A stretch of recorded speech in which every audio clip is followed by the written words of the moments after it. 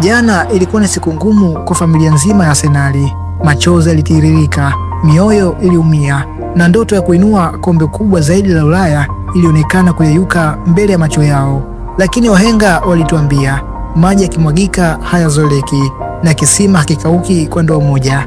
Ndiyo, Arsenali wamepoteza vita ya jana, lakini hawajapoteza safari yao. Katika maisha, ushindi si kwa wale wasioanguka, bali ni kwa wale wanaoanguka na kusimama tena. Hata maandiko matakatifu yanatukumbusha katika Mithali 24 mstari wa 16, maana mwenye haki huanguka mara 7 naye huinuka tena. Arsenali wameanguka jana, lakini historia inaonyesha kuwa timu kubwa hujengwa na maumivu, si kwa shangwe pekee. Hebu ngoja turudi nyuma kidogo. Mara ya mwisho Arsenali kutoa ubingwa wa EPL kabla msimu huu ilikuwa ni msimu wa mwaka 2003-2004, msimu maarufu uliopewa jina la The Invisibles, walipomaliza ligi nzima bila kupoteza mchezo hata mmoja.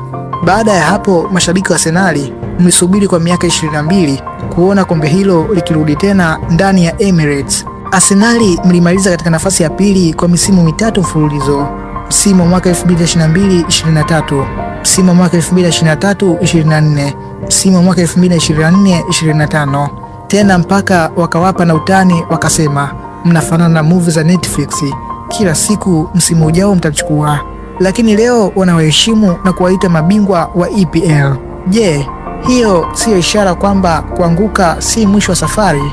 Hata timu kubwa kama Manchester City ilingoja miaka mingi kabla ya kushinda Champions League yao ya kwanza. Hata PSG walipitia maumivu mengi, walitumia mabilioni ya fedha, walifungwa sana, walitolewa UEFA mara nyingi, na walichekwa kwa miaka mingi sana kabla ya kufikia mafanikio haya makubwa. Kwa hiyo mashabiki wa Arsenali, msione jana kama mwisho, ione kama somo, ione kama hatua nyingine ya kuelekea mafanikio makubwa zaidi. Wahenga walisema, mti wenye matunda ndio unapigwa mawe. Arsenali leo mnachekwa kwa sababu mmefikia mahali ambapo wengi walitamani kufika lakini hawakufika. Kwa wale wanaowacheka mashabiki wa Arsenali, kumbukeni jambo moja: mpira wa miguu una kumbukumbu fupi sana. Kupoteza fainali kunauma, lakini afadhali kuumia ukiwa uwanjani kuliko kushindwa hata kufikia uwanja. Leo mnawakumbusha kuwa wamepoteza fainali, lakini wao wanawakumbusha kwamba walifika pale mnapoota kufika. Ndiyo maana busara hutufundisha kuheshimu maumivu ya mwenzetu, kwa sababu gurudumu la maisha huzunguka. Katika Warumi 5 mstari wa 3 mpaka wa 4 imeandikwa, dhiki huleta saburi, saburi huleta uthabiti wa tabia, na uthabiti huleta tumaini. Arsenali wana kila sababu ya kuwa na tumaini.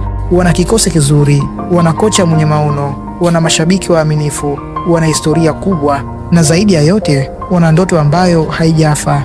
Kwa hiyo The Gunners, futeni machozi, inueni vichwa vyenu, jivunieni timu yenu, kwa sababu kushindwa fainali si aibu. Aibu ni kuacha kujaribu.